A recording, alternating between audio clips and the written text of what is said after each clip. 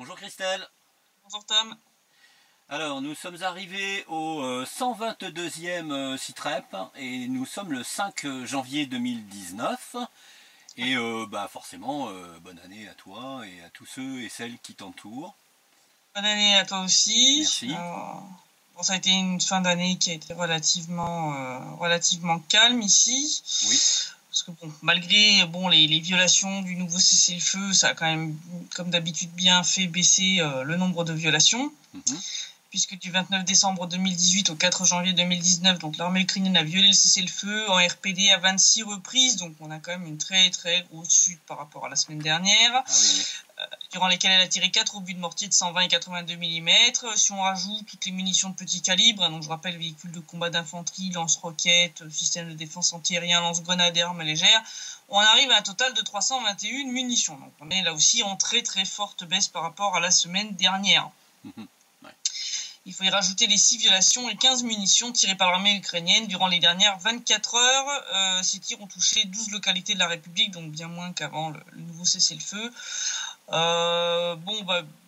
Suite à ce bilan en très forte baisse, nous n'avons heureusement pas eu de victimes ni parmi les soldats ni parmi les civils, et on a eu seulement une habitation civile qui a été endommagée à Dokuchaïevsk. Donc ça c'est plutôt... pas mal. On commence pas l'année au milieu des gravats et des bains de sang.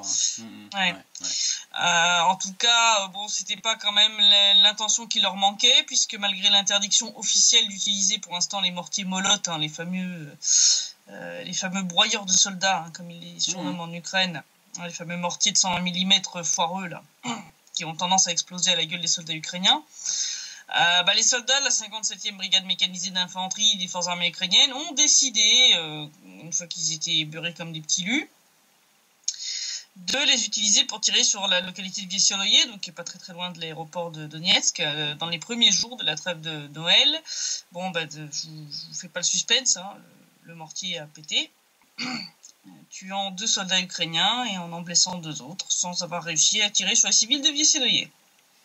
En tout cas, il n'y a pas eu de victime civile, c'est déjà pas plus mal. Pas plus mal, voilà.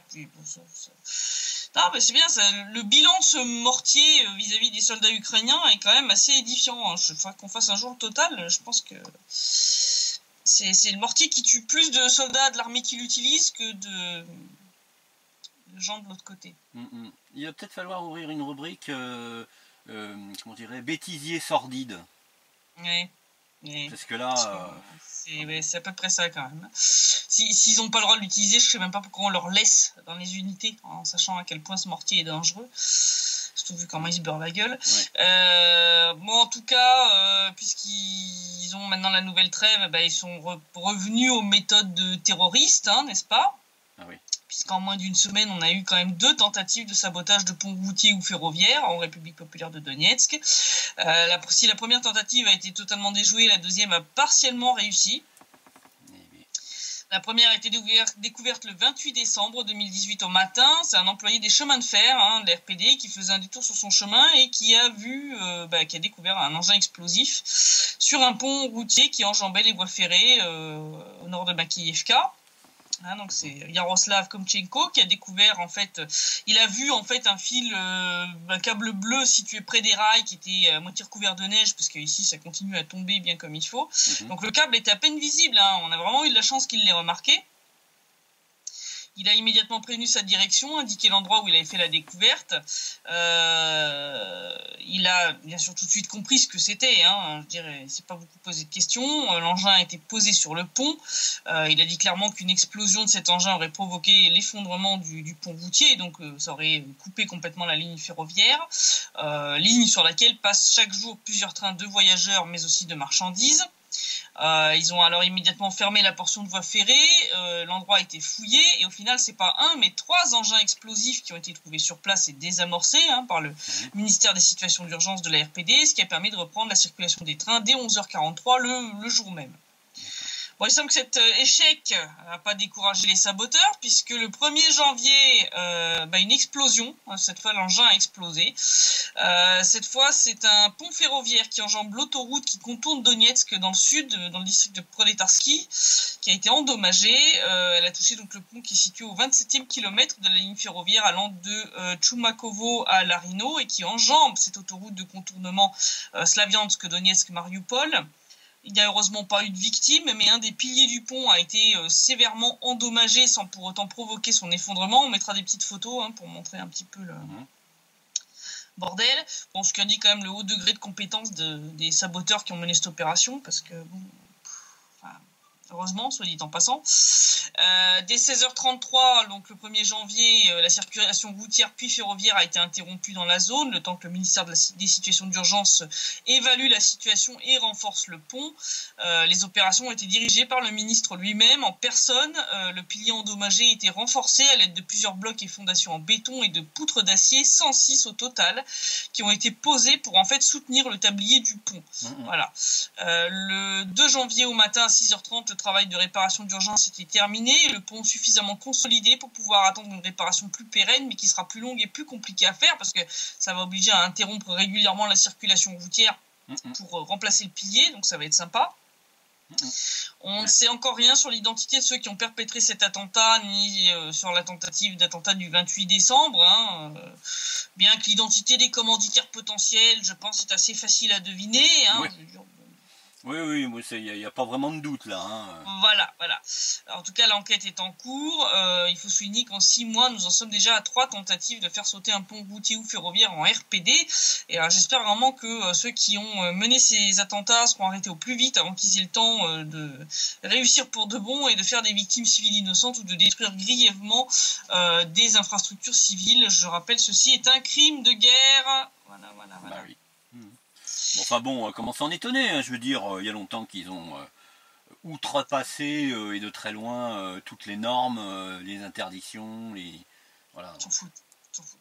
En tout cas, on avait parlé de cette attaque du 28 décembre, tu sais, où ils ont tenté de faire une percée là dans le sud, le 28 décembre, on en avait parlé la semaine dernière. Oui. Et suite à ça, ils avaient abandonné derrière eux un de leurs gars. Oh. Courageux, téméraire, solidaire aussi. Voilà, donc bien sûr les unités de la RPD ont capturé ce soldat. Donc c'est Idor Bassourine qui en a parlé, qui a donc signalé que nos défenseurs ont capturé ce soldat après qu'il était lâché et abandonné par ses collègues dans la panique. Il souffrait d'hypothermie assez sévère. Il a bien sûr bénéficié d'assistance médicale adaptée. Il a été traité, soigné à l'hôpital. Donc Bassourine a ajouté que pendant l'interrogatoire, ce soldat a donné des détails sur cette fameuse attaque qui était prévue dans la direction de Mariupol. Il a confirmé entre autres que la 128e brigade d'assaut de montagne déployée, qui normalement est déployée dans la ville de Mukachevo, dans la région de Transcarpathie, était bien censée être l'une des principales forces d'attaque de cette opération. Il a aussi confirmé les provocations intentionnelles par les forces armées ukrainiennes à l'aide de mortiers. Alors, pour ceux qui ont tout de suite hurlé au fait qu'il aurait été torturé ou quoi, on mettra des petites photos parce qu'il a été examiné par des médecins qui montrent qu'il n'a aucune trace de coup sur le corps. Il n'a pas été torturé. On ne pratique pas ce genre de choses. On ne s'appelle pas l'Ukraine, vous êtes gentils, quoi. Pour le SBU, quoi. Voilà. En tout cas, ce témoignage a confirmé que ni les politiciens ukrainiens ni les groupes armés ne sont intéressés par la fin du conflit dans le Donbass, et que c'est pas la peine de parler de retour imminent de la paix dans le Donbass tant que le régime de Poroshenko est au pouvoir. L'incident, je rappelle, s'est produit quand même à la veille de l'entrée en vigueur de la nouvelle trêve de Noël.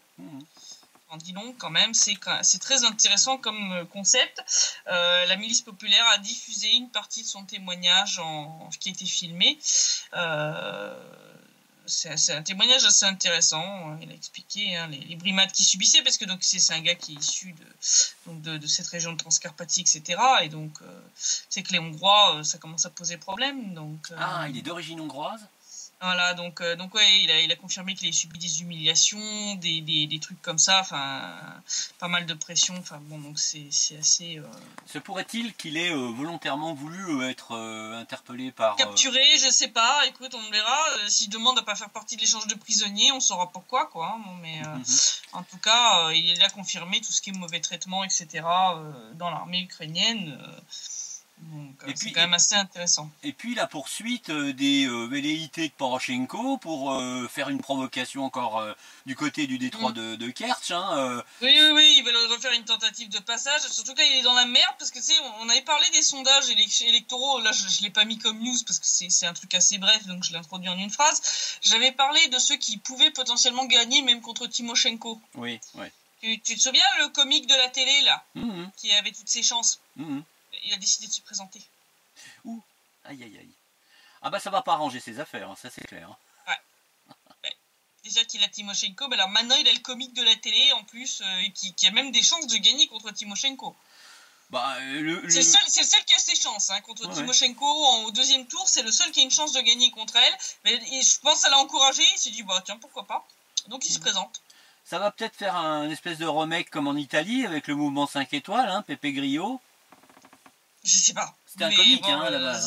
Ça risque d'être assez épique. Je sens que ces élections vont être assez folklore.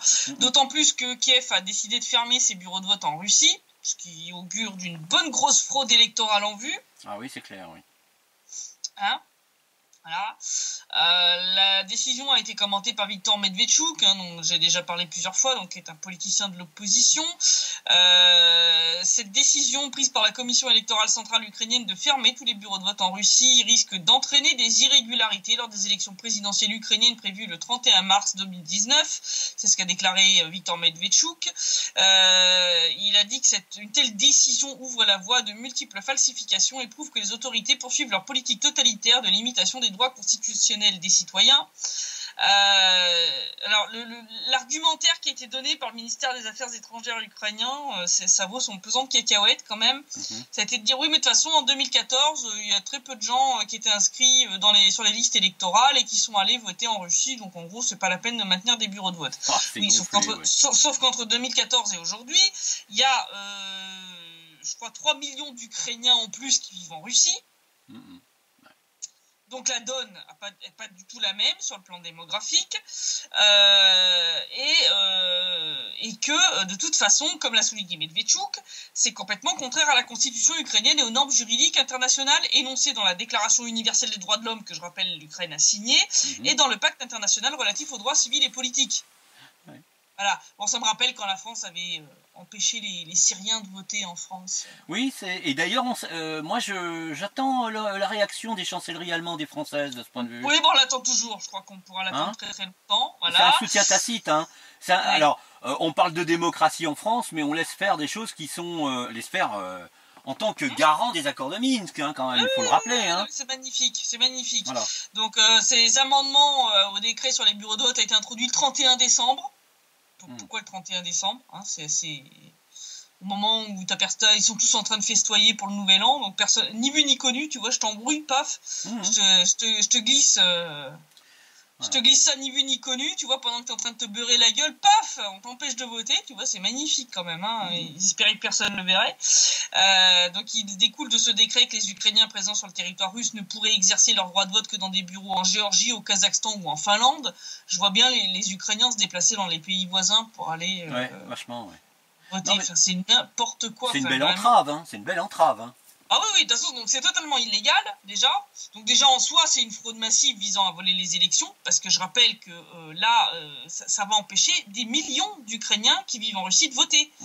Hein, donc est-ce que Poroshenko ait peur que ces gens votent massivement pour les partis d'opposition anti-Maïdan, moins hostiles à la Russie, pays où ils résident et travaillent, puisque je rappelle que d'après les estimations les plus récentes, on est quand même à peu près à 4,4 millions d'Ukrainiens qui vivent en Russie. C'est quand même une masse électorale importante, même en considérant les statistiques démographiques officielles de l'Ukraine, hein, celles qui te disent qu'il y a 42 millions d'habitants, ça représenterait quand même 10% de la population restée au pays. En vrai, c'est 10% de la population ukrainienne totale dans le monde. C'est la plus grande diaspora ukrainienne au monde. Donc les empêcher de voter, on se rend bien compte de l'influence potentielle que ça peut avoir sur les élections à venir. C'est une honte totale. C'est-à-dire, même l'OSCE aurait dû tirer la sonnette d'alarme, parce que ça fait partie de leurs compétences, hein, puisque ils sont compétents pour aller jouer les observateurs lors des élections. Moi, je trouve ça hallucinant qu'ils n'aient pas ouvert leur gueule pour dire que ça, c'est inadmissible. Ah bah, en tout cas, ça nous permet, nous, de savoir ce que valent ces institutions, ces officines, ces compagnies, quoi. Et puis les chancelleries occidentales qui ferment leur gueule là-dessus. Bah voilà. Et puis au rayon saloperie, hein, on continue avec l'autocéphalie, donc dont le tomos a été signé aujourd'hui à Istanbul, d'ailleurs par Bartholomé, et remis à Poroshenko. C'est quand même extraordinaire. C'est même pas Epiphanie, le nouveau patriarche, pseudo-patriarche de Mésovaire, qui est allé le chercher, c'est Poroshenko. C'est Poroshenko. Après une messe spéciale menée par Bartholomé. Je rappelle que Poroshenko n'est pas orthodoxe, il est uniate. Oui, mais ça n'a pas l'air de les déranger. Donc c'est comme si un catholique avait été dans une paroisse protestante, assisté à une messe protestante avant de recevoir un papier concernant l'église protestante. C'est n'importe quoi. Est-ce qu'on peut... Et oui, Paroubi était avec lui d'ailleurs aussi. L'autre, le président de la Rada ukrainienne, le néo-nazi, qui lui aussi est uniate d'ailleurs. Il n'y en a pas un seul qui est orthodoxe dans le tas. Hein. Mais à part ça, le pouvoir temporel ukrainien ne se mêle pas du spirituel. Hein. Non. Ça aussi, c'est en violation totale de la constitution ukrainienne, je le rappelle.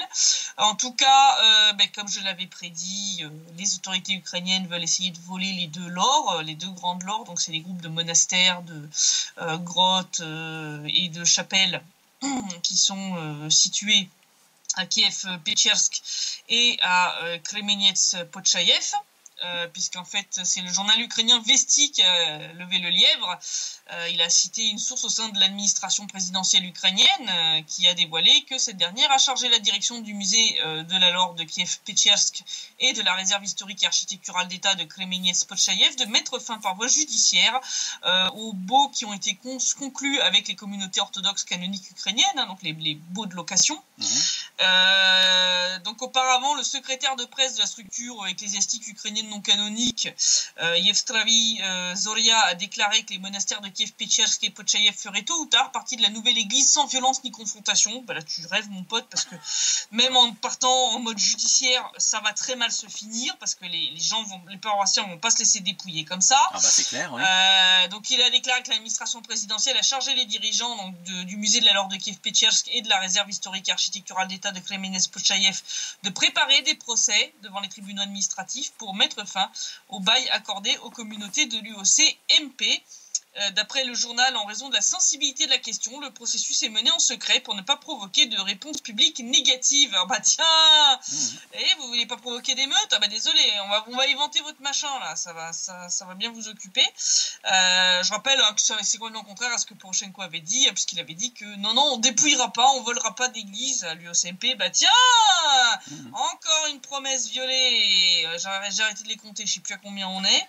Mais je sais, est-ce que c'était vraiment un bail, l'occupation? Oui, c'était un bail de location et qui d'ailleurs était en cours de transformation en cession complète pour c'était celle de Potchaïev, si je te dis pas, cession qui a été annulée par le ministère de la Justice il y a 2 mois en arrière. On en avait d'ailleurs parlé lors d'un précédent CITREP. Donc ça fait partie du même plan. D'abord ils empêchent la cession en déclarant que finalement elle était invalide, mais il y avait encore le bail de quoi, 50 ans, si je te dis pas de bêtises, qui courait encore. Donc là maintenant ils veulent casser les baux de location. Voilà, c'est ça. Donc c'est magnifique. Après les perquisitions du SBU, les convocations abusives de prêtres de l'UOC-MP, de confiscation d'églises, je rappelle qu'on en a plus de 50 depuis le Maïdan. C'est bien. Non, il n'y a pas de persécution contre l'église orthodoxe ukrainienne canonique et il n'y a pas de vol d'église. Ben non, mais bien sûr. Et à part ça, il n'y a pas de guerre de religion en Ukraine. Et mon cul sur la commode. Est-ce que certains pourraient arrêter de se mettre de la merde dans les yeux volontairement, quoi? Franchement, c'est plus possible, quoi. En tout cas, on continue dans les conneries en Ukraine avec l'Ukraine qui a fait de la date anniversaire de Stepan Bandera le 1er janvier un jour officiellement férié, alors que tout le monde célébrait la nouvelle année. L'Ukraine célèbre l'anniversaire de Bandera, donc je rappelle, dirigeant nationaliste et allié des nazis, considéré par un héros comme par les autorités ukrainiennes. Et depuis cette année, maintenant, ce jour est un jour férié officiel. Donc les Ukrainiens nous ont gratifié de marche au flambeau. Bah oui, mais comme ça, si tu veux, il leur sera extrêmement compliqué de nous expliquer qu'on s'est trompé. Que ces gens ne sont pas des nazis, mais voilà. ils y arrivent quand même. Et puis surtout que l'État ne les reconnaît pas. C'est-à-dire, ah oui, non, on n'est Voilà. pas des nazis, on les a pas reconnus. Oui, bah alors pourquoi c'est un jour férié ce jour-là, Voilà, hein? puis ce gars était quand même déclaré héros de l'Ukraine. En tout cas, des milliers de personnes portant des drapeaux ukrainiens, des torches et des slogans pro-Bandera ont défilé dans le centre de Kiev mardi. Un événement similaire à plus petite échelle s'est tenu dans la ville de Lvov. Hein, bon, c'est pas surprenant, c'est le repère des nazis. Je rappelle, donc ces rassemblements ont déjà lieu chaque année, hein, sauf que là, maintenant, c'est devenu complètement officiel, c'est devenu une fête nationale officielle. C'est quand même... Donc après le slogan gloire à l'Ukraine, gloire aux héros dans l'armée. Maintenant, l'anniversaire d'un collaborateur de nazi comme jour férié officiel, Ouais. j'ai vraiment envie de vomir. C'est quoi la prochaine étape? C'est la réouverture des camps de concentration aussi, non? Pour les... Ouais, puis le rétablissement du Sieg Heil comme, Voilà.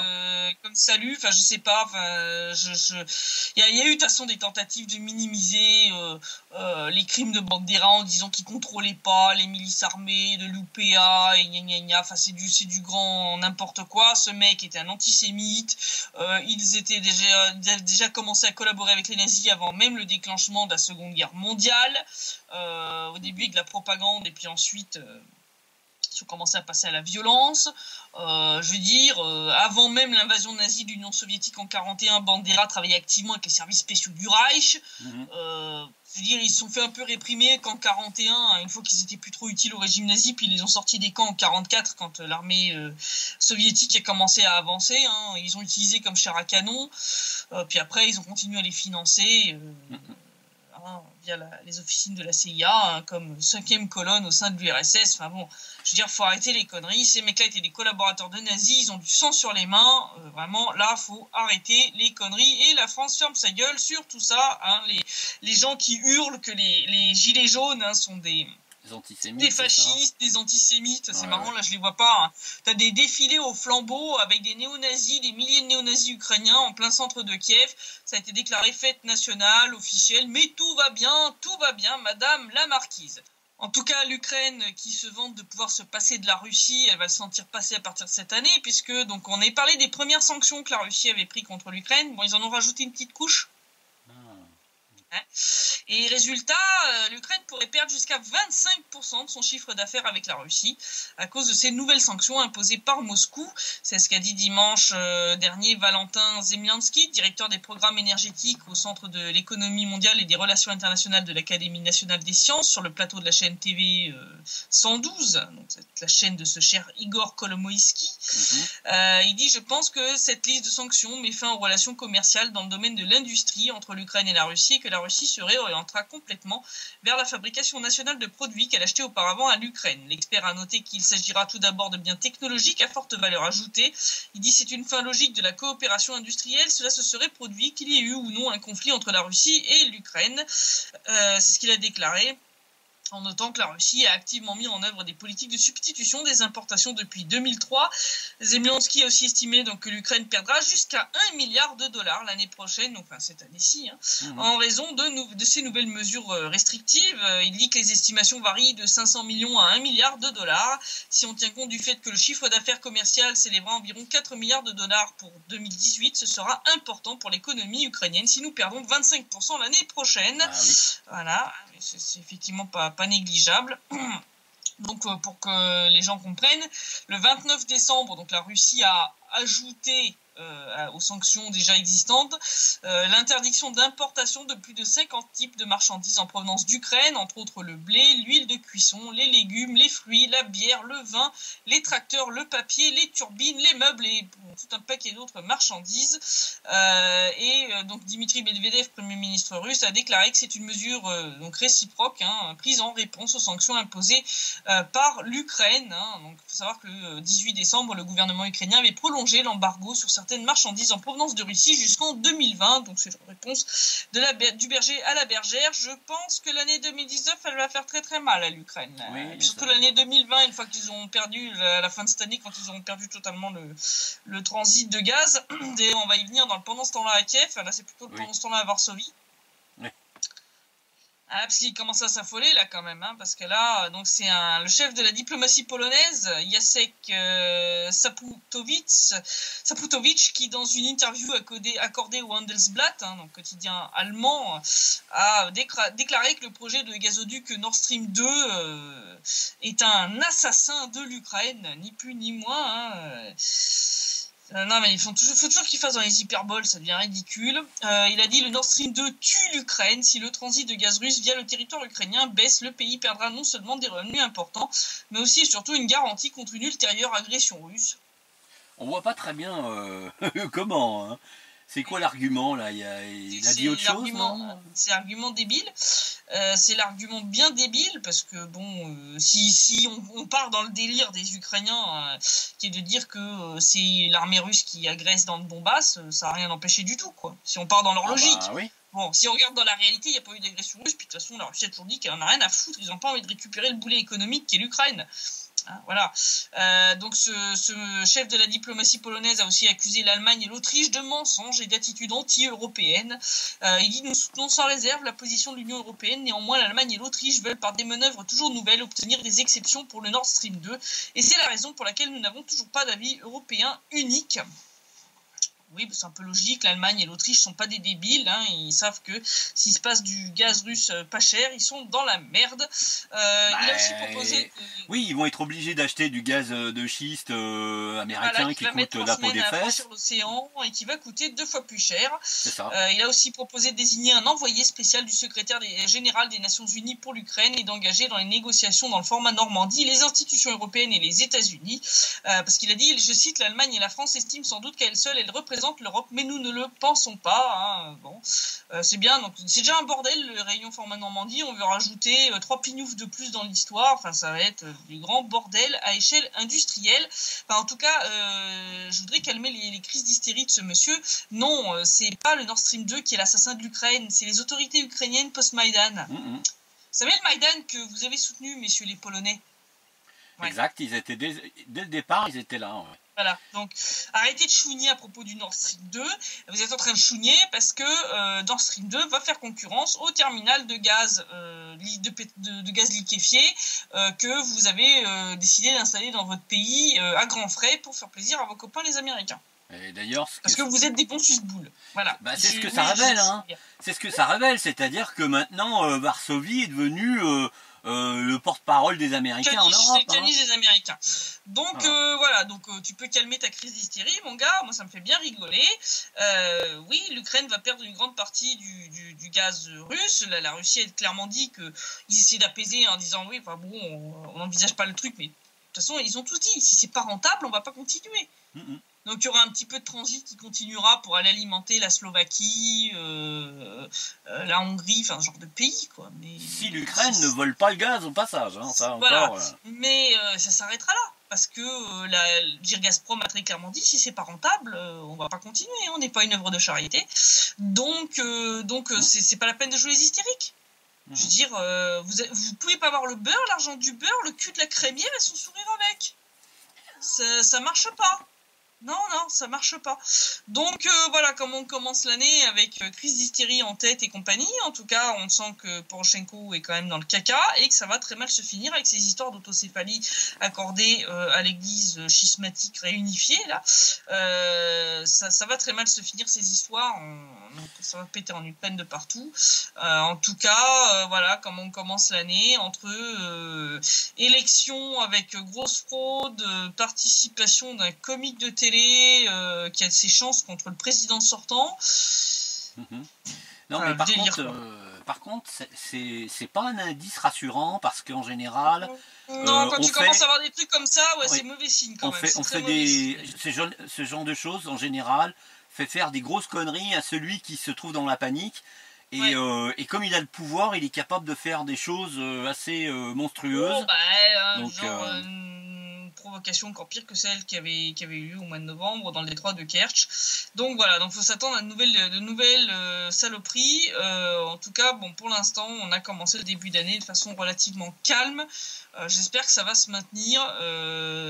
Et je te dis donc à la semaine prochaine pour le prochain Citrep. Et encore une fois, bonne année à toi et à tous nos auditeurs qui nous écoutent, toujours plus nombreux. Et un grand merci à eux tous pour leurs bons vœux, pour leurs commentaires, pour leur soutien. Toujours plus nombreux, toujours plus réguliers. Merci à vous tous. Et puis, on espère que la solution va quand même finir par se calmer, mais je suis pas très très optimiste quand même. Oui. Voilà. On anticipe, hélas, un coup de grisou magistral qui risque de faire déraper sévèrement la situation dans l'Est de l'Europe. Alors, bon, voilà. Merci en tout cas de tes vœux, Christelle. Merci de tes informations. Effectivement, à la semaine prochaine, donc à samedi prochain, en espérant que rien ne se soit sérieusement dégradé. Voilà. Et puis, je te souhaite une bonne soirée. À très bientôt. Merci, Christelle. À bientôt. Au revoir. Ciao.